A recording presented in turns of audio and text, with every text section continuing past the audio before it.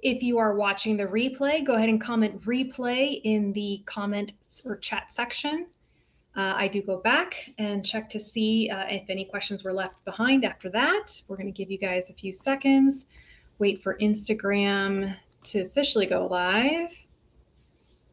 All right, and we are live on Facebook, YouTube, and Instagram. Okay, so we are on day 15 of April, Limb Loss Awareness Month. It has been a very busy month for the Cozy Talks live show. We have had one big sponsored show. We have another huge sponsored show tomorrow with Integrum. We're going to have Ginny Thomas and Scott Annis on board to talk about osseointegration and alignment, and what are the differences in alignment and what you need to know about alignment. And then the following week, we have College Park on board to talk about their new microprocessor foot. So a lot of stuff going on this month on the Cozy Talk show. So tonight's question kind of hit home a little bit. It's a young woman who is asking help for her father. So she has a couple of questions and she's seeing a few issues going on with her father. So it'll be good to just kind of dive into that question a little bit more. We've got Chuck on board. Hey there, Chuck. Guys, those on Instagram as well, don't be shy. Give me a shout out if you're on Instagram, any questions that you may have. All right, guys, and we will go ahead and get started. For those of you who are watching me for the first time, my name is Cozy Belloso. I'm a physical therapist here in Tampa, Florida. I've been a PT for 23 years, and my passion is working with the limb loss community. I don't typically go live on Tuesday nights. My normal live show times are on Wednesdays at 8:30 p.m. Eastern time, but for Limb Loss Awareness Month, I am trying my best to go live a little bit each night to answer one hot question. Okay. So let's go ahead and get started with tonight's question. Let me call it up. It says, hello, Cozy. Thank you for your ongoing education. Your education to the limb loss community is very helpful. My dad is above the knee bilateral amputee at the age of 75. He's had a microprocessor knees for 5 months. And she goes, 2 questions for you. Number 1, the 2 residual limb stumps are always swollen, as if they are tied up with 2 iron hoops. Number 2, the phantom limb pain is also quite severe. I wonder if this is normal. I understand you recommend TMR and RPNI, but he doesn't want to do surgeries anymore. Please let me know. And any tips from you are greatly appreciated. So, again, my heart goes out to this woman. I was also a primary caregiver for my father before he passed away. And it's something when you see your father or your loved one going through something and wanting to be able to help them.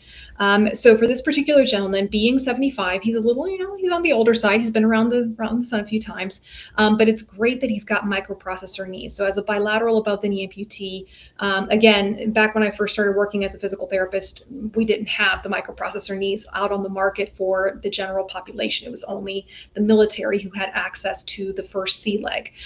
So the fact that he's already got 2 microprocessor knees, gives him a little bit of an up there.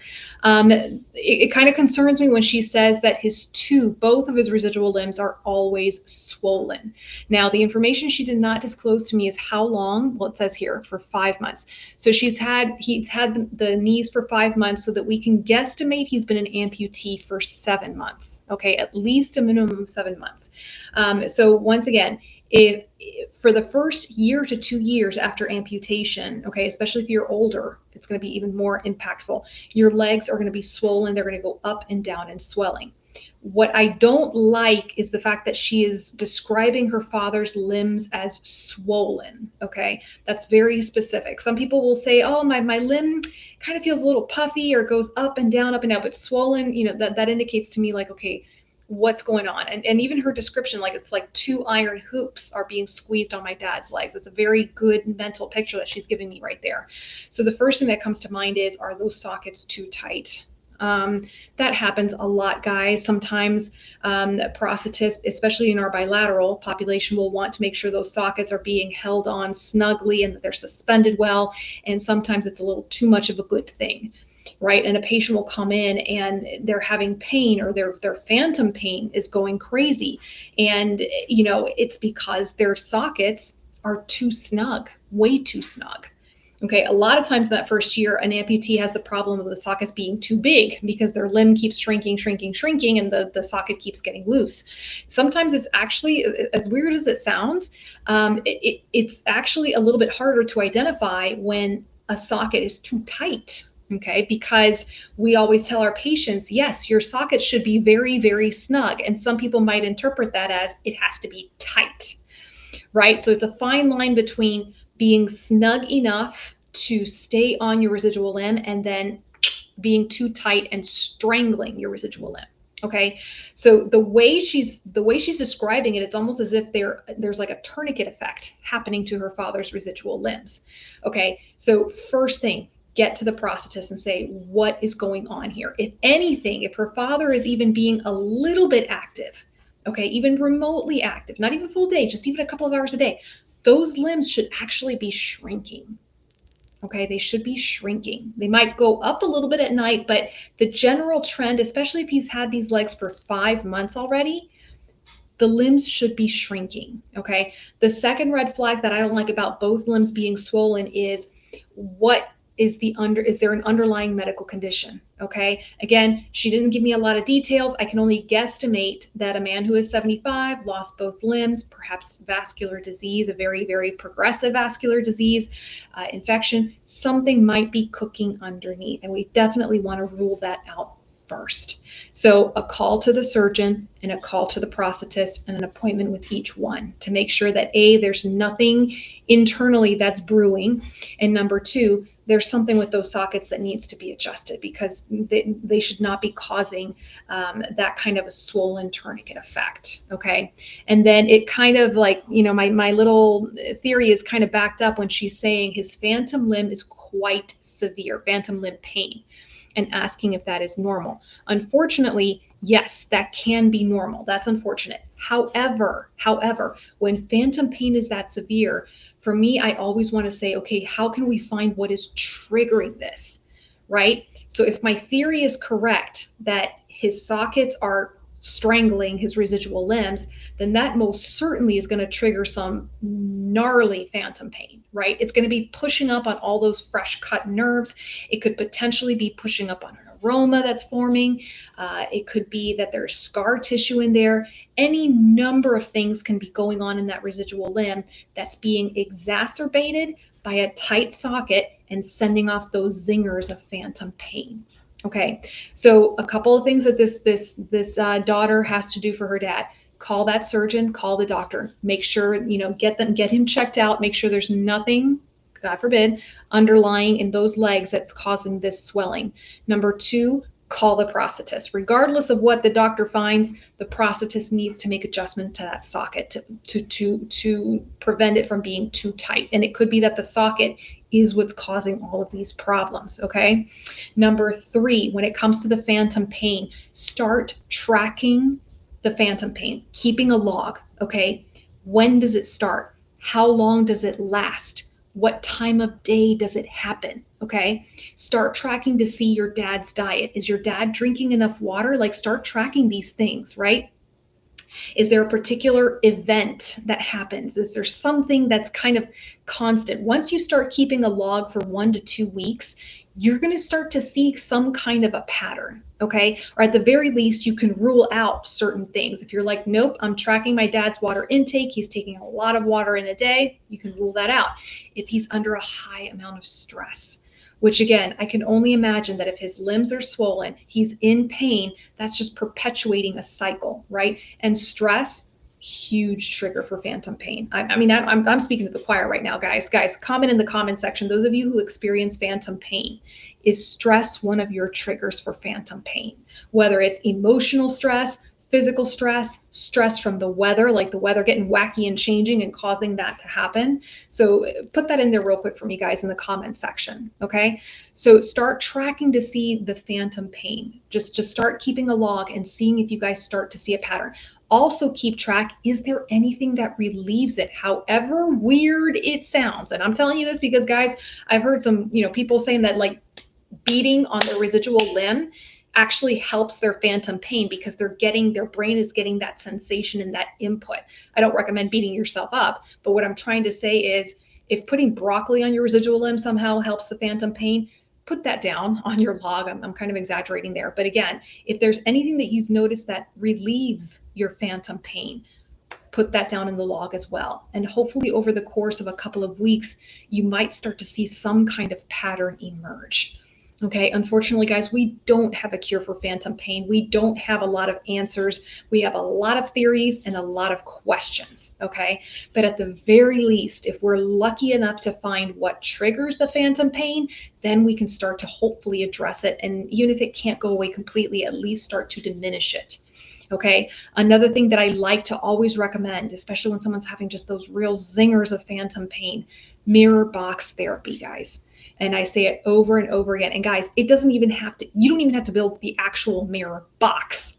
I don't have a mirror box in my clinic. When I'm doing mirror box therapy with my patients, I just have a mirror. I got 4 kids, guys. I haven't had time to actually build a proper mirror box, but it's worked. I actually have a great video on my YouTube channel of one of my patients that I did this with. I just got one of those long, cheap mirrors from Walmart that's like less than 20 bucks. And I put it in between his limb and his sound leg. And that was enough to give relief. Okay. So for those of you who are just like kind of climbing the walls right now with some of that phantom limb pain, sometimes that can give you some relief. Granted, I understand that sometimes that phantom limb comes right back the minute you take the mirror away, but if it can even buy you a few minutes of relief, okay, especially at the 3 a.m. scenario, okay. So again, this is just hopefully you can take some of this back with your dad and try it with your dad and hopefully see that it helps for him. So Ryan says, yes, stress causes nerves to respond. Phantom pain is a reaction from nerves responding. It really is. Phantom pain, it's really nerve pain, right? And nerve, including the nervous system, includes the brain. What we do know is, the big fancy word is the homunculus, right? That's how your brain, it's the somatosensory cortex, all these big fancy words to basically say how your brain processes what it's feeling on the outside, what it's feeling from the outside environment. Okay. And different parts of your brain sense different parts of your body. And, right, things like our hands, which are incredibly sensitive, things like our lips, which are also very sensitive, things like the bottoms of our feet are going to be very sensitive. That takes up more space in that somatosensory part of our brain. Right. So when we lose a limb, the brain is like trying to find out where that is, where that body part went. I'll have to throw up a picture. It's really cool. There's like a mapping of the brain that shows this, and it gets scrambled. And the brain tries to basically rewire itself. We call that neuroplasticity, right? Indicating the brain is very elastic and can kind of remodel and rewire. Sometimes those wires get crossed and we get those zingers of phantom pain, right? Donna says the cold definitely triggers the phantom pain for her. Chuck says weather, stress. Donna says it's always cold. Let's see what else. We got Tom saying the weather causes mine whenever I've overdone it. Robert says, oh, he's got coffee in his cup. I'm glad because I need some coffee right now. I'm kind of like losing mine. Francis said I would get phantom pain when the weather change or hurricane or a storm was coming. I would cry because the pain was so bad. Yeah. Here in Florida, when we've got a hurricane coming, Francis, I don't know if you're in Florida, but the pressure changes. There's a dramatic pressure change that you can just see it. Like the birds stop chirping, like everything is deadly quiet. And you're just like, well, if they're feeling it, then we know that our amputees are going to be feeling it as well. Marianne says, I'm having more than normal and having BP problems, so I'm thinking that that's not helping. Or Marianne, that's what's triggering it. Okay, it's the blood pressure. If your blood pressure is changing, you picked it up right away, right? If there's something about your medical condition that is changing and all of a sudden you're having these phantom limb episodes, yeah, I'd say that's a direct connection. Robert says weather is the worst. That is when my phantom pains are the strongest. Ryan also states 99.9% of my phantom pain was relieved by TMR surgery as an AK. Highly recommend someone who specializes in arm amputation. TMR was first used for arm amputees. Very good, Ryan. They figured out it works similar for leg amputees, just a recommendation. Yes, and guys, I actually had the gentleman who pioneered that surgery. His name is Dr. Gregory Dumanian, and you're absolutely right, Ryan. This was a surgery that was originally intended for arm amputees, and it was to rewire what was left of their nerves so that they could use prosthetic devices, the mind-controlled ones, right? What they noticed was that of the 19 amputees in that study, 18 or 19 amputees. All of the amputees except for one had a complete resolution of their phantom limb pain. And the reason why the one person did not have the resolution of the phantom limb pain is because the particular nerve that was causing problems was not TMR'd. We're gonna turn that into a verb, right? So fascinating, absolutely fascinating targeted muscle reinnervation. And that, guys, I've got so many videos on that on my YouTube channel, again, with Dr. Gregory Dumanian and many other brilliant surgeons who do this surgery. Okay. And thankfully it's so much more commonplace right now, Ryan, that we have many surgeons that are not necessarily arm specialists, but that they are very well versed in TMR and the sister surgery called RPNI. Guys, just a quick ditty on the TMR. What that basically means is you're taking the neuroma, that ball of scar tissue that's on the end of the nerve that is sending off the phantom pain. Okay. They are removing that scar tissue and they're taking that nerve and basically plugging it back into the muscle at a particular motor point. Okay, that's the basic gist of that surgery. But basically, it's giving that nerve some place to go and something to do, right? So huge resolution of phantom limb pain if the phantom limb pain is being caused by the neuroma. Okay, and that's the thing. If you have a neuroma, then you have a way you can address it. So again, this kind of brings me back to when you're having these phantom pain episodes, start keeping a log. Right? Start keeping a log of everything that you can identify about your phantom pain, okay? Because it could lead to figuring out, wait a second, there's a neuroma causing this, and we have a solution for that, right? You see what I mean there? So, you know what? I really need to do an updated episode on phantom limb pain. I haven't done like a full-on phantom limb pain episode in it's been a couple of years. I think it's because it's like so daunting to me. Like there's just so much to talk about phantom limb pain that it's just like, oh gosh, where do I begin, right? And I definitely want to get some experts on the show who have like different ways of tackling phantom limb pain. But I really should get off my duff and do a show just on that one. All right, let's see. Oh, Ryan, it's my pleasure, and I appreciate your input and you guys coming on the show. Ashley asked, do you think someone who had a traumatic amputation makes a difference for someone who might have had a day or two to process the information? That, for like Ashley, that is something that when I first started out working with amputees over 20 years ago, I was like, I got it figured out. People who have traumatic amputations, they're going to have worse phantom limb pain than people who had vascular.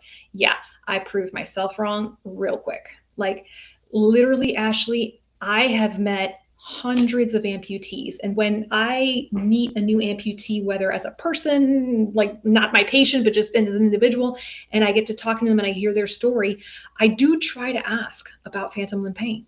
And I ask them to give as much as they're willing to share with my nosy questions, but just asking like, what are all the details about your phantom limb pain, just to see if there's any kind of pattern that I can find. And I can't, Ashley. I have met people who have the most stoic personalities, right? That have the worst phantom pain. And you could say, well, it's because they bottle up their emotions and they bottle up all their stress, and maybe that's why they're having phantom pain. And then I see other people who are also very stoic, don't have any phantom pain. And one had a traumatic, one didn't have a vas. I have never been able to find a pattern. I've never been able to find a pattern. And it's interesting because my approach, when it went with my approach to patient care and building my experience, I look for patterns in my patients, right? It's kind of what you're supposed to do, right? Whenever you have a new patient, and this is something that was taught to me by one of my earliest mentors, Paul. And he would say, whenever you have a new patient, catalog everything that you observe about them, even their hair color, just catalog everything that you've observed. And your next patient, do the same and the same and the same. And pretty soon you have this huge library of characteristics and things that you find in your patients. And then you're going to start to find, wait a second, this person has similar characteristics as this person, and I'm seeing these similarities and these differences. And you just build that knowledge and experience in your head, right? Phantom limb pain. The only thing I think I can probably tell you that I've discovered on my own with all my experience is stress. Stress for sure is probably the most common trigger to phantom limb pain. And again, that can be emotional stress, like the person's like, mama four going crazy sometimes. It could be physical stress because their underlying medical condition, their blood pressure is perhaps not, causing issues. And it could be stress from the outside world, just weather changes and things like that. So I have found certain common threads in terms of how to address the phantom limb pain. And again, it goes back to finding the root cause if possible. If possible. The easiest things to rule out, like Ryan mentioned, are neuromas, bone spurs, scar tissue. Those are all things that we can visualize in the residual limb, and it's a smoking gun, right? We can figure that is present. That's what's causing the phantom limb pain, right? If all those things are not present, then it's a little bit trickier to address. Robert says, I find rubbing my stubby helps, and also the shrinker helps. Yeah, a lot of manual tactile sensation, which, guys, if you think about it, when you're giving your limb tactile sensation, even like tapping it really, really hard. I have had some amputees tell me that they bang it against like their sofa or something to get that input. You're giving that input to your brain, right? You're getting that brain to rewire. I really got to find that drawing so you guys can see how the brain is mapped. It's really incredible. Once you see the drawing, you go, oh, I get it now. Let's see, Tex. Oh, I like that name, Tex Blue Cowboy. Okay, that's a cool name. I did a lot of years in Texas, and I like that name. He says, I'm new to this. I'm a left BK, and I don't understand what phantom pain is.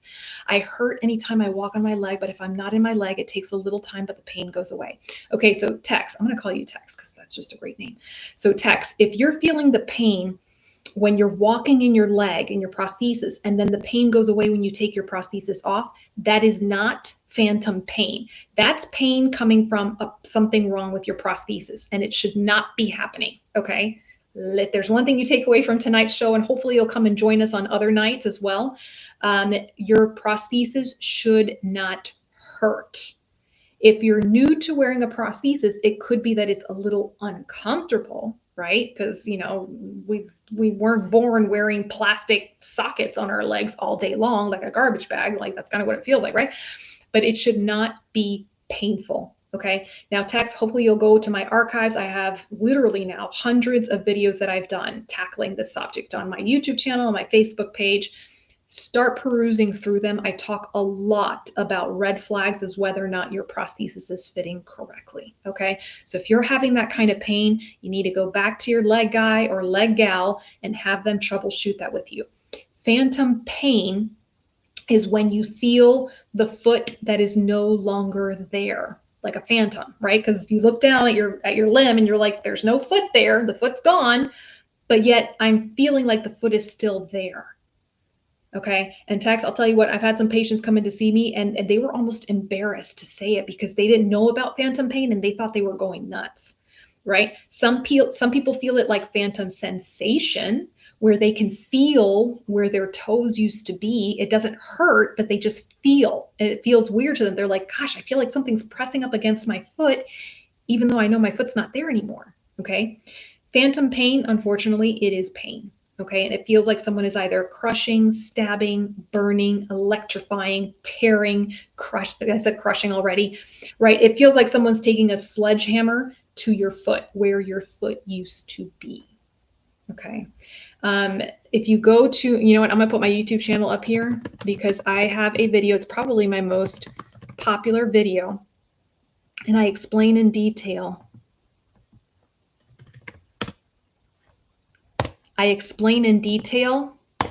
The difference between phantom limb pain, phantom limb sensation, and residual limb pain.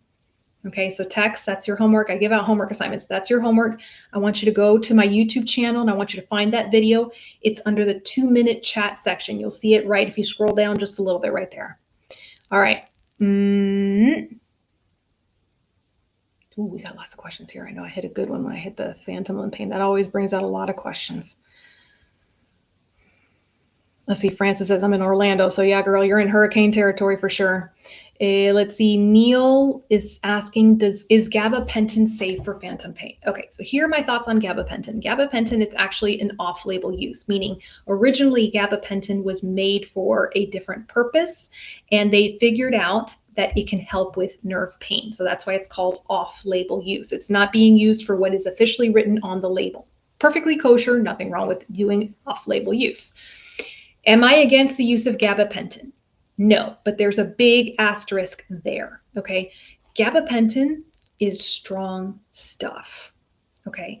And what I've seen over the years is folks, not just amputees, but even in the general population, popping gabapentin like Tic Tacs. Okay. It's incredibly strong. It has a lot of side effects, and it's enough to knock out an elephant, even on the lowest dosage.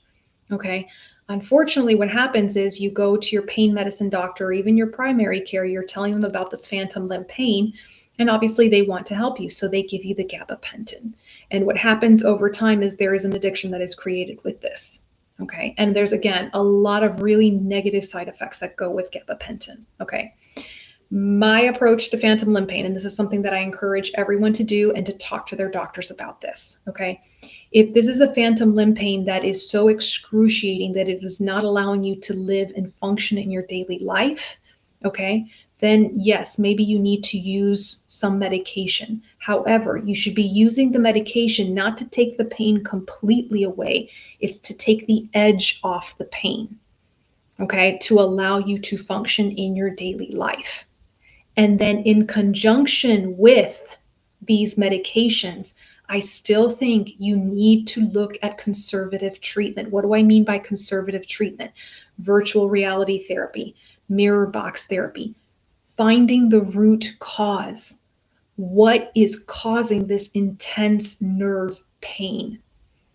Okay. And guys, a lot of times you'll go to a doctor, they have no clue. They don't know. Okay. I have a cousin of mine that he is a pain medicine doctor in my backyard right here. He's a phenomenal doctor, phenomenal doctor. Okay. And when I talk to him, he and I are cousins. We're more like brother and sister, and we'll like go at it and arguing about things. And I'm telling him, like, yeah, you got to look at the root cause of amputee phantom limb pain. And he's just like, they don't teach us. So a lot of our doctors are not aware of how to address phantom pain other than giving these heavy duty narcotics. Okay. And they also don't understand how efficient and how it can actually work to use some of these conservative methods in conjunction with these narcotics. Okay. My best recommendation is find a PMR doctor. Okay. A physical medicine and rehabilitation doctor. Okay. Those guys are used to working with amputees. It's in their name, PM&R, physical medicine and rehabilitation. These are the doctors that take care of you when you're in inpatient rehab, right? They're used to dealing with pain issues like this. They are used to working with amputees. So if you're hitting a dead end with your primary care doctor or your surgeon, even with your pain management doctor, go find a PM&R doctor. And you can find them. They're not scarce. You will find one within your zip code. Okay, and have them start to work with you to possibly work you up to see if there's any underlying cause to this nerve pain that can be addressed. Okay. And yeah, do I see that there's sometimes when people have to use the heavy duty medication? Yes, to function in their daily life. Yeah. But I always say, please, please, please, please use those conservative methods. Okay. And if you are one of those folks that's on a very high dose of these heavy duty medications, these narcotics, go back to your doctor and ask them, okay, can we start looking at conservative methods? It's never too late, guys. It's never too late. You can't just stop these medications cold turkey. No, you cannot do that, right? If you want to start to get off some of these medications, you need to have it weaned off by a doctor very, very carefully to make sure that you don't go into withdrawal symptoms that can be very dangerous, okay? But if you are one of these people that you're like, good gravy, I'm taking a lot of these narcotics, and now the side effects are impacting my quality of life, all right? Go back to your doctor. Ask about putting yourself on a program to wean yourself off and start incorporating these conservative methods. Yeah? Okay. Dixie Down asks a fantastic question. She asks, why don't they do the TMR during the amputation surgery? They are now starting to do it. They are now starting to do it because they're now starting to realize the sooner we can jump on those nerves and prevent them from forming neuromas, the better. So whenever I have someone coming to me that says they're going to get a revision, or that they know ahead of time that they're going to have to need an amputation, the first thing I tell them to do is to ask their surgeon about TMR. And if their surgeon does not know anything about TMR, I tell them to go find a different surgeon. Because my thoughts are, if you're already going to be opening up on the table with a revision or getting an amputation done, get the TMR done as well. Absolutely. I'm a huge proponent. Not every nerve needs to have TMR done. And there's a brilliant surgeon, his name is Dr. Souza. He's been on the show several times and he talks really about that. It's not every nerve that has to have TMR. Usually it's only a couple of nerves that have to be done. Okay, and there's enough surgeons now in the United States, guys, that you will find someone within your area, your geographical area, who knows how to do TMR. So yes, I am a huge proponent for, in the initial amputation, TMR I think should absolutely be done. But that's just my dumb PT opinion. Earl says, crazy for me, it happens when putting my leg on and then it will go away. Isn't that crazy? It's not crazy. And Earl, what here? Okay, Ashley, you asked me if I noticed a trend. Here's a trend I've noticed. A lot of times the super, super active people, the people who wear their prosthesis the minute they wake up and they only take it off when they're going to bed at night, if they're the people having phantom pain, they get it when they take their legs off. Isn't that funny? Because again, during the day, your brain has gotten used to having that leg and having the input of that leg. And my theory is your brain has accepted that leg as its own. So when you take it off at night, your brain's like, what just happened here? What just happened here? So no, it's not weird. Ashley asked, I was just curious, my former PM&R doctor always asked about phantom pain. You see? In 7.5 years, I've never had phantom pain. Shh, Ashley, we don't say that out loud. We don't want to tempt the phantom pain gods. But a few people I've connected with traumatic amputations have always had it. So just curious. No, it's not to say that, you know, a large portion of traumatic amputations don't feel phantom limb pain. And it's interesting, a lot of times I will hear my traumatic amputees say that their phantom limb pain mimics their accident. So for example, one young lady, she lost her below the knee amputation. It was during a motorcycle accident. And basically it was almost amputated on site. Like the accident itself pretty much amputated her foot off. And her phantom pain, when it triggers, she gets the feeling of the foot flapping, like that feeling that she had when they were taking her in the ambulance to the ER, that she could feel that her foot was not connected anymore. It must be, I can only imagine. So her phantom pain mimics the last memory of her foot, you know, and that I've kind of heard like from some traumatic amputees that the last memory of their foot is what they feel in their phantom pain. Robert says phantom pains are from the individual's brain. It's very hard to make a pattern. Yeah, best to have a positive outlook and learn to deal as an individual. And again, it goes back to, you're absolutely right, Robert. It goes back to finding out what is your unique trigger. And then in terms of conservative methods, one of the reasons I love conservative methods is, for the most part, they don't make your phantom pain worse. So for me, I'm just like, if you hear of a conservative method that's not like, you know, jumping off a building or doing something really stupid, then try it, because it could be, you know, what was the most recent one I heard was Reggie Showers. Y'all know Reggie. He's my buddy. He's here all the time. He's a bilateral BK, and he's been an amputee, I think, for now over 40 years. And he can still get some pretty intense phantom pain. And he had heard about turmeric being a helpful relief for the phantom limb pain. And he was on the road one day, phantom pain starting to zing on him, and all he has in his car is a couple of mustard packets. Well, there's turmeric, or there's turmeric in the mustard. So he just slurps down the mustard packet, and he said, I don't know if it was a placebo, but it started to calm my phantom pain down. And I'm thinking, you know what? We all know, we're starting to learn now all the wonderful benefits of the turmeric spice, not to mention it tastes delicious. So give it a try.